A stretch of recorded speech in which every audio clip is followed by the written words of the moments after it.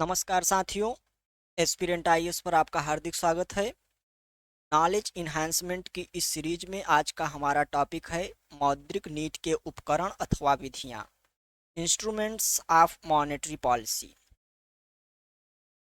मौद्रिक नीति के उपकरण ऐसी विधियां होती हैं जिनके माध्यम से आरबीआई बाजार में लिक्विडिटी यानी कि तरलता को नियंत्रित करता है, जिससे वह मुद्रास्फीति को नियंत्रित कर सकता है तथा उसे कम या ज़्यादा कर सकता है, जिससे बाजार में मांग भी प्रभावित होता है। तो मौद्रिक नीति के उपकरण अथवा विधियों को आगे के वीडियो में हम एक एक करके देखते हैं। तो आइए वीडियो को आगे बढ़ाते हैं तथा मौद्रिक नीति के उपकरण की व्याख्या करते हैं। मौद्रिक नीति के उपकरण ये मुख्यतः दो प्रकार के होते हैं। पहला है मात्रात्मक उपकरण तथा दूसरा है गुणात्मक उपकरण, क्वांटिटेटिव इंस्ट्रूमेंट तथा क्वालिटेटिव इंस्ट्रूमेंट। इन्हीं उपकरणों के माध्यम से आरबीआई बाजार में लिक्विडिटी को कंट्रोल करता है तथा मुद्रा के प्रवाह को नियंत्रित करता है। अब आइए इन दोनों उपकरणों की अलग अलग व्याख्या करते हैं। पहला उपकरण है क्वांटिटेटिव इंस्ट्रूमेंट। क्वांटिटेटिव इंस्ट्रूमेंट ऐसे उपकरण होते हैं जिनके माध्यम से भारतीय रिजर्व बैंक अर्थव्यवस्था में मुद्रा की पूर्ति में वृद्धि अथवा कमी करती है। अर्थात ये ऐसे माध्यम होते हैं जिनमें आरबीआई बाजार में मुद्रा डालती है या बाजार से मुद्रा निकालती है, जिससे तरलता प्रभावित होती है। ये कई प्रकार के होते हैं जिन्हें एक एक करके हम समझते हैं। इनमें पहला इंस्ट्रूमेंट है जिसके माध्यम से आरबीआई बाजार से तरलता को अवशोषित करती है या तरलता को डालती है। आइए इन्हें एक एक करके ध्यान से समझने का प्रयास करते हैं, जिनसे लगातार प्रारंभिक तथा मुख्य परीक्षाओं में प्रश्न बनते रहे हैं। इनमें पहला है क्वांटिटेटिव इंस्ट्रूमेंट का पहला है बैंक दर। बैंक दर ऐसा दर होता है जिसके माध्यम से आरबीआई वाणिज्यिक बैंकों को दीर्घकालिक ऋण प्रदान करती है। बैंक दर मात्रात्मक इंस्ट्रूमेंट का एक ऐसा रेट है जिसके माध्यम से आरबीआई बाजार में तरलता को डाल भी सकती है या बाजार से तरलता को सोख भी सकती है। यह कैसे होता है, आइए हम समझते हैं। जैसे यदि बाजार में आरबीआई को तरलता डालना हो यानी कि लिक्विडिटी बढ़ाना हो, जैसे यदि और लिक्विडिटी कब बढ़ाई जाती है, जब बाजार आरबीआई को लगता है कि बाजार से मांग कम हो रही है और मांग कम होने से आर्थिक विकास रुक जाएगा। आर्थिक विकास रुकने से बहुत ही बड़ी हानि हो सकती है, जिसके द्वारा आगे अर्थव्यवस्था मंदी की स्थिति में आ सकती है। इससे बचने के लिए आरबीआई बाजार में तरलता डालती है और तरलता डालने का बैंक दर एक इंस्ट्रूमेंट है जिसे आरबीआई अपनाती है। यह कार्य कैसे करता है, जैसे वाणिज्यिक बैंकें होती हैं, यदि आरबीआई बैंक दर के माध्यम से बाजार से तरलता को निकालती है तथा डालती है। वाणिज्यिक बैंकें आरबीआई से ऋण लेती हैं। यदि आरबीआई अपने यदि आरबीआई जो ऋण देती है वाणिज्यिक बैंकों को, उसकी दर को बढ़ा दे, यदि उसकी दर को बढ़ा देती है तो ऋण महंगा हो जाएगा। ऋण महंगा होने के कारण वाणिज्यिक बैंक ऋण कम ले पाएंगी। अगर वो ऋण कम ले पाएंगी तो ऋण कम दे भी पाएंगी। अगर वो ऋण कम देंगी तो बाजार में पैसे की मात्रा कम हो जाएगी, जिससे बाजार में तरलता कम होगी और बाजार में तरलता कम होने से मुद्रास्फीति नियंत्रित हो जाती है। और इसका जस्ट उल्टा होता है, यदि आरबीआई अपने बैंक रेट में कमी कर देती है। कमी करने से वाणिज्यिक बैंकों को ऋण सस्ते में मिलता है, जिससे वो लोगों को ऋण सस्ते में देती हैं और बाजार में तरलता की मात्रा बढ़ती है और तरलता की मात्रा बढ़ने से मांग बढ़ती है। मांग बढ़ने से आर्थिक विकास होता है और निवेश होता है, लोगों को रोजगार मिलता है। तो बैंक दर ऐसा इंस्ट्रूमेंट है जिसके माध्यम से आरबीआई वाणिज्यिक बैंकों को उधार देकर बाजार से तरलता निकालती है या बाजार में तरलता डालती है। यह एक दीर्घकालिक आरबीआई द्वारा बैंक रेट दीर्घ वह दर है जिसके माध्यम से वाणिज्यिक बैंक दीर्घकालिक ऋण लेती हैं। वाणिज्यिक बैंकों द्वारा लिए गए दीर्घकालिक ऋण पर जो ब्याज चुकाया जाता है उसी को हम बैंक दर कहते हैं। मात्रात्मक उपकरण के प्रकारों में दूसरा प्रकार है जो अत्यधिक महत्वपूर्ण है, इससे लगातार प्रश्न आते रहे हैं, रेपो रेट। रेपो रेट क्या होता है? रेपो रेट वह दर है जिसके माध्यम से वाणिज्यिक बैंक आरबीआई से अल्पकालिक ऋण लेते हैं। क्वांटिटेटिव इंस्ट्रूमेंट में दूसरा प्रकार है रेपो रेट जो अत्यधिक महत्वपूर्ण है, इससे लगातार परीक्षाओं में प्रश्न आते रहे हैं। रेपो रेट ऐसा रेपो रेट है जिसके माध्यम से वाणिज्यिक बैंक के आरबीआई से अल्पकालिक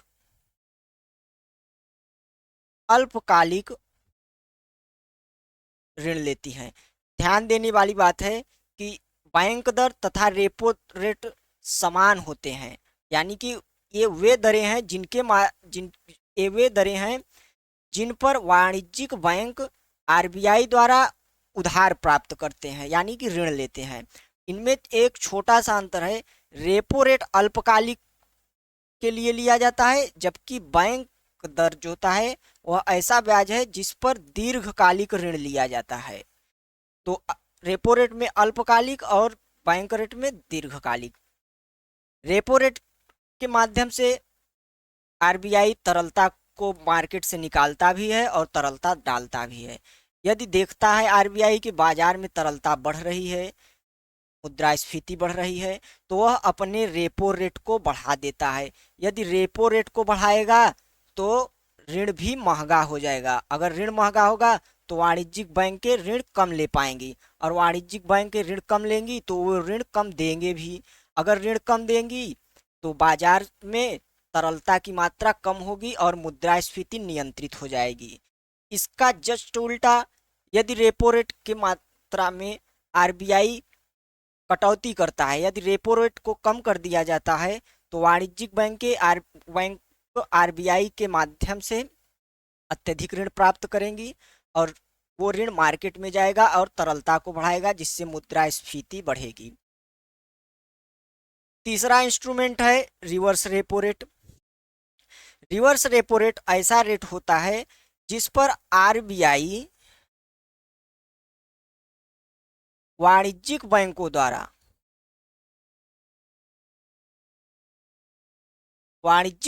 द्वारा उधार प्राप्त करता है।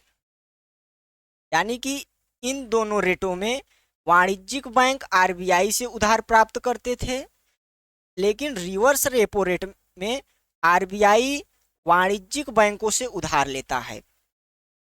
इसके माध्यम से भी आरबीआई मौद्रिक नीति का संचालन करता है और बाजार से तरलता को कम करता है तथा मूल्य स्थिरता को बरकरार रखता है। यह कैसे काम करता है? यदि आरबीआई रिवर्स रेपो रेट को बढ़ा देती है, यानी कि अगर वह वाणिज्यिक बैंकों द्वारा लिए गए पैसे पर ज़्यादा ब्याज देगी तो वाणिज्यिक बैंक अपने पैसे को रिजर्व बैंक के पास रखने की कोशिश करेंगे, जिससे उनके पास कम पैसा होगा लोगों को देने के लिए, क्योंकि आरबीआई लोगों से भी ज़्यादा ब्याज उन्हें रिवर्स रेपो रेट के माध्यम से देने लगती है। तो वो आरबीआई को अपना पैसा रखने के लिए ज़्यादा उत्सुक होंगे और यदि आरबीआई के पास ज़्यादा पैसा चला जाएगा तो ऋण कम देंगे तो मार्केट में पैसा कम जाएगा और मार्केट में पैसा कम जाने से तरलता घट जाएगी और मुद्रास्फीति नियंत्रित हो जाएगी। और इसी का उल्टा होता है, यदि रिवर्स रेपो रेट में कटौती कर दी जाए तो वाणिज्यिक बैंक अपना पैसा आरबीआई को नहीं देंगे, उसके बदले वे मार्केट में पूंजीपतियों को, लोगों को ऋण के रूप में देंगे, जिससे मार्केट में और ज़्यादा पैसा जाएगा और तरलता बढ़ेगी। तो इस तरह से ये तीनों काम करते हैं। मात्रात्मक उपकरण में चौथा इंस्ट्रूमेंट है cash reverse ratio. Cash reverse ratio को हम समझते हैं। कैश रिवर्स रेशियो ऐसा इंस्ट्रूमेंट है जो बाजार से तरलता को सोखता है या तरलता को डालता है। यह आरबीआई का बहुत ही पसंदीदा इंस्ट्रूमेंट है मुद्रास्फीति को नियंत्रित करने के लिए। यह ऐसा इंस्ट्रूमेंट है जैसे वाणिज्यिक बैंक जो होती हैं वो एनडीटीएल उनके पास होता है, नेट डिमांड टाइम लायबिलिटीज को बोलते हैं। यानी कि लोगों का जितना पैसा होता है वो उसे बोलते हैं, जो वाणिज्यिक बैंकों के पास जमा होता है उसे एनडीटीएल बोलते हैं, net demand time liability. Reverse cash reverse ratio में आरबीआई एनडीटीएल का कुछ अनुपात, इसका कुछ प्रतिशत निर्धारित कर देता है कि एनडीटीएल का कुछ प्रतिशत आपको हमारे पास रखना होगा, यानी कि आरबीआई के पास रखना होगा। और अत्यधिक महत्वपूर्ण बात है कि इस पैसे का आरबीआई वाणिज्यिक बैंकों को कोई ब्याज नहीं देती है। मान लीजिए यदि कैश रिवर्स रेशियो वर्तमान में 4% है, इसको इरेज कर देते हैं।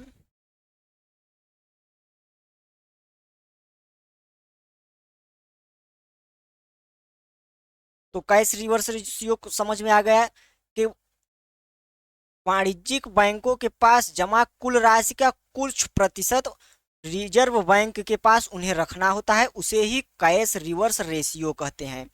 जैसे मान लीजिए यदि 4% वर्तमान में कैश रिवर्स रेशियो निर्धारित किया आरबीआई ने, यदि वाणिज्यिक बैंकों के पास कुल एनडीटीएल 100 करोड़ का हुआ तो उसमें से 4% यानी कि 4 करोड़ रुपए उन्हें आरबीआई के पास रखना होगा, जिस पर आरबीआई उन्हें कोई ब्याज नहीं देगी। यह बात अच्छे से याद रखना क्योंकि यह बहुत ही ट्रिकी बात है।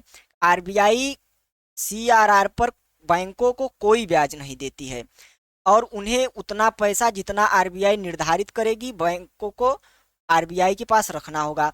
यदि सीआरआर आरबीआई बढ़ा देती है, यदि सीआरआर आरबीआई बढ़ाकर 5% कर देगी तो बैंकों को अब 4 की जगह 5% रखना पड़ेगा। इसका तात्पर्य है कि उनके पास अब कैश की कमी हो जाएगी, यानी कि वो ऋण अब नहीं दे पाएंगे ज़्यादा। वो जितना दे सकते थे, जितना उनके पास एनडीटीएल था, अब उसका 4% या 5% कम दे पाएंगे। जब कम दे पाएंगे तो बाजार से तरलता कम होगी, तरलता कम होने पर मुद्रास्फीति नियंत्रित हो जाएगी।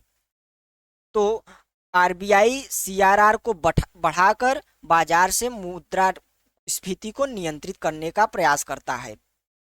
इसी प्रकार आरबीआई सीआरआर को जब घटाता है तो वह बाजार में तरलता को डालने का प्रयास करता है। तो इन चारों रेटों को समझने के बाद आइए कुछ अन्य इंस्ट्रूमेंट भी बचे हैं जिन्हें देखते हैं। क्वांटिटेटिव इंस्ट्रूमेंट के 2 और इंस्ट्रूमेंट बचे हैं जिन्हें आइए देखते हैं। वैधानिक तरलता अनुपात, एसएलआर इसको बोलते हैं। एसएलआर यह वाणिज्यिक बैंकों के कुल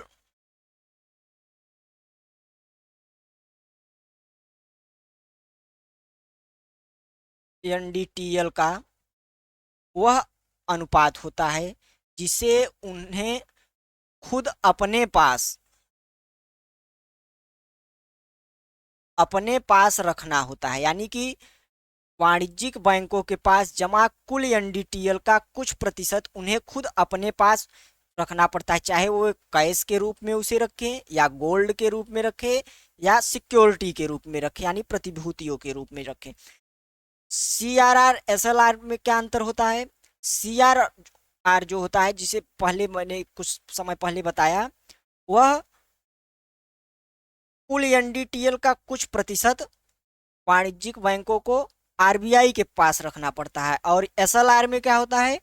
कुल एनडीटीएल का कुछ प्रतिशत बैंकों को अपने पास स्वयं रखना पड़ता है। इसके माध्यम से आरबीआई किस तरीके से मुद्रास्फीति या लिक्विडिटी को कंट्रोल करती है उसको देखने का प्रयास करते हैं। मान लीजिए यदि आरबीआई ने एसएलआर को बढ़ा दिया, यदि एसएलआर को मान लीजिए बढ़ाकर 18% कर दिया, यदि बैंकों के पास कुल एनडीटीएल 100 करोड़ का है तो उन्हें उसमें से 18% कुल एनडीटीएल का 100 करोड़ का 18% खुद अपने पास रखना होगा हमेशा के लिए। उसे वह किसी भी संस्था या उद्योगपति को ऋण के रूप में नहीं दे सकती, उसे उन्हें खुद रखना होगा। यदि वो इतना पैसा खुद अपने पास रख लेंगी और ऋण नहीं दे पाएंगी तो बाजार में ऋण कम जाएगा, और बाजार में ऋण कम जाने का तात्पर्य है कि मुद्रास्फीति कंट्रोल हो जाएगी। इसी प्रकार यदि बाजार में तरलता को डालना होगा आरबीआई को तो वह एसएलआर को कम कर देगी, या अगर एसएलआर को कम कर देगी तो वाणिज्यिक बैंकों के पास ऋण देने के लिए पर्याप्त पैसा होगा, जिससे बाजार में पैसा जाएगा और लिक्विडिटी बढ़ जाएगी। इसी प्रकार क्वांटिटेटिव इंस्ट्रूमेंट का आखिरी इंस्ट्रूमेंट है खुले बाजार की प्रक्रियाएं, ओपन मार्केट ऑपरेशन इसको बोलते हैं, ओपन मार्केट ऑपरेशन। यह आरबीआई का अत्यधिक महत्वपूर्ण इंस्ट्रूमेंट है बाजार में तरलता को डालने का या बाजार से तरलता को निकालने का। यह कैसे कार्य करता है उसको आप ये देखते हैं। आरबीआई खुले बाजारों में कुछ सिक्योरिटीज यानी कि प्रतिभूतियां, बांड इत्यादि का क्रय तथा विक्रय करता है, जिसके माध्यम से वह बाजार में पैसा डालता है या बाजार से पैसा निकालता है। यदि आरबीआई को लगता है कि अब बाजार में पैसे डालने का समय आ गया है, क्योंकि बाजार से तरलता कम हो रही है जिससे मांग कम हो जाएगी, अगर मांग कम हो जाएगी तो आर्थिक विकास रुक जाएगा, बेरोजगारी बढ़ेगी। तो खुले बाजार की प्रक्रिया में आरबीआई करती है कि बाजार से प्रतिभूतियों को, बाजार से प्रतिभूतियों को यानी कि सिक्योरिटीज को खरीदती है, और वो खरीदने में क्या करती है कि जब आरबीआई खरीद लेगी तो बाजार में पैसे चले जाएंगे और उसके पास सिक्योरिटी या बांड आ जाएंगे, और बाजार में जब पैसे जाएंगे तो तरलता बढ़ जाएगी। इसी प्रकार यदि आरबीआई को बाजार से तरलता को सोखना होता है तो जो बांड या प्रतिभूतियां उसके पास होती हैं वह बाजार को वापस बेच देता है, और वापस बेचने पर बाजार से वह पैसा निकाल लेता है, जिससे तरलता कम हो जाती है। तो क्वांटिटेटिव इंस्ट्रूमेंट को हमने अत्यधिक विस्तृत तरीके से देखा। यदि इसमें कुछ समस्या रह गई हो या कुछ समझ में ना आया हो तो वीडियो को पुनः रिवर्स करके देख सकते हैं या कमेंट बॉक्स में पूछ सकते हैं। चलिए आगे चलते हैं। अब हमारा मौद्रिक नीति की उपकरणों में आता है गुणात्मक उपकरण, जिसे क्वालिटेटिव इंस्ट्रूमेंट कहते हैं। मौद्रिक नीति के गुणात्मक उपकरण ऐसे उपकरण होते हैं जो मुद्रा के प्रवाह को किसी विशेष क्षेत्र में घटाने या बढ़ाने का कार्य करते हैं। ध्यान दीजिएगा, किसी विशेष क्षेत्र में। क्वालिटेटिव क्या था, क्वांटिटेटिव क्या था, क्वांटिटेटिव पूरे मार्केट से मुद्रा के प्रवाह को घटाता था या बढ़ाता था, लेकिन क्वालिटेटिव जो है वो किसी एक क्षेत्र विशेष पर अपना ध्यान केंद्रित करता है और उस क्षेत्र विशेष की मांग को प्रभावित करता है। मांग को प्रभावित करता है यानी कि उस विशेष क्षेत्र में पैसा डालता है या पैसा निकालता है। तो आइए गुणात्मक उपकरणों को एक एक करके देखते हैं तथा उन्हें समझने का प्रयास करते हैं। गुणात्मक उपकरणों में पहला है सीमांत आवश्यकता, मार्जिन रिक्वायरमेंट्स। यह क्या होता है, जैसे आरबीआई ऋण देता है बैंकों को या वाणिज्यिक बैंक के लोगों को या उद्योग को ऋण प्रदान करती हैं, तो उसके बदले में वे कुछ जमानत राशि रखती हैं, जमानत परिसंपत्ति को अपने पास रखती हैं।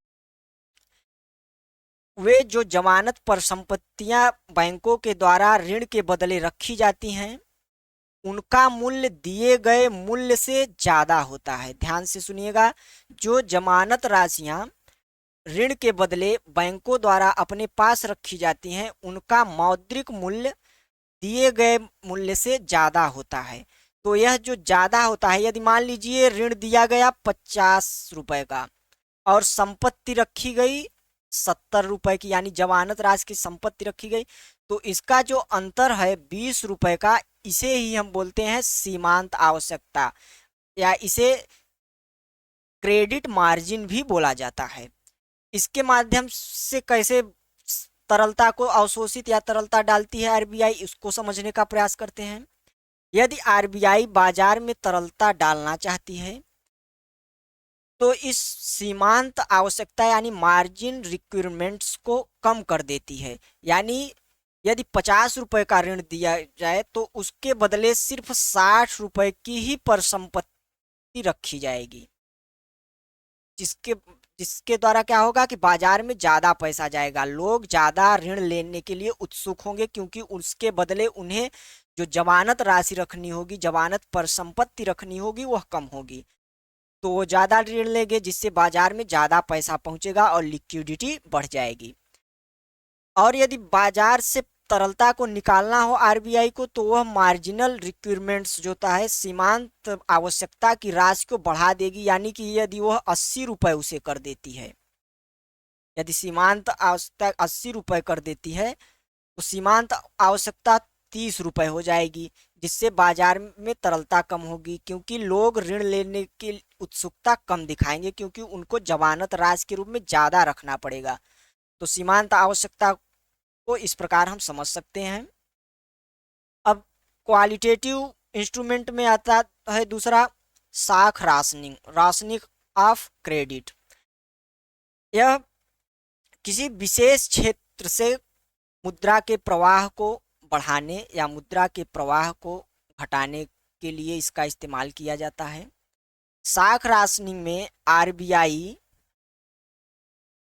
वाणिज्यिक बैंकों पर एक थ्रेशोल्ड सीमा निर्धारित करती है। थ्रेशोल्ड का मतलब होता है कि वाणिज्यिक बैंक इससे ऊपर ऋण नहीं दे सकते हैं। यानी कि यदि आरबीआई ने थ्रेशोल्ड सीमा लगा दिया कि 100 करोड़, तो अब वाणिज्यिक बैंक 100 करोड़ से ज्यादा ऋण नहीं दे सकते हैं। और इसमें होता यह है कि आरबीआई किसी क्षेत्र विशेष को भी निर्धारित कर सकती है कि इस क्षेत्र विशेष को अपने कुल ऋण का इतना प्रतिशत, कुछ प्रतिशत यानी 40% या 50% अगर आरबीआई ने निर्धारित किया, तो वाणिज्यिक बैंकों को अपने कुल जो ऋण उन्होंने दिया है उसका इतना प्रतिशत एक क्षेत्र विशेष को देना पड़ेगा। जैसे आरबीआई ने प्राथमिक क्षेत्रों के लिए वर्तमान में 40% की दर निर्धारित की गई, यानी कि कोई भी वाणिज्यिक बैंक जितना भी कुल ऋण देगा, उसका 40% उसे प्राथमिक क्षेत्र को देना होगा। यानी कि वह 40% प्राथमिक क्षेत्र, जैसे जिसमें कृषि, खनन इत्यादि आते हैं, को देना पड़ेगा। तो इसके माध्यम से भी बाजार में तरलता या क्षेत्र विशेष में आरबीआई तरलता को घटाती या बढ़ाती है। क्वालिटेटिव इंस्ट्रूमेंट में अंतिम है नैतिक प्रभाव। नैतिक प्रभाव एक ऐसा इंस्ट्रूमेंट है जिसे आरबीआई तरलता को बढ़ाने या घटाने के रूप में किसी क्षेत्र विशेष में इस्तेमाल करती है। यह कोई विशेष प्रकार का इंस्ट्रूमेंट नहीं है। इसमें आरबीआई सिर्फ बैंकों से कंसल्टेंट करके, उनसे बातचीत करके और आपसी समझौते के तहत यह निर्धारित कर देती है कि कितना ब्याज लेना है, कितना ऋण देना है, कितना किस क्षेत्र को ऋण देना है, उसी को नैतिक प्रभाव कहते हैं। इसमें आरबीआई साधारण बातचीत, समझौतों के माध्यम से वाणिज्यिक बैंकों से समझौता करती है कि इस क्षेत्र को इतना ऋण देना है या इस क्षेत्र को इतना कम ऋण देना है। तो यह नैतिक प्रभाव होता है। तो इस प्रकार हमने इंस्ट्रूमेंट ऑफ मॉनेटरी पॉलिसी को विस्तृत रूप में समझने का प्रयास किया। यदि इसमें कुछ चीज़ें या कुछ टर्म न समझ में आए हो, तो वीडियो को पुनः से रिवर्स करके देख लीजिएगा। यदि उसके बाद भी न समझ में आए तो कमेंट बॉक्स में कमेंट करिएगा, उसका हम कुछ न कुछ सॉल्यूशन देने का प्रयास करेंगे। वीडियो देखने के लिए धन्यवाद। अगर वीडियो पसंद आया हो तो वीडियो को लाइक तथा शेयर करें और चैनल को सब्सक्राइब करें। मिलते हैं अगले वीडियो में। धन्यवाद। जय हिंद।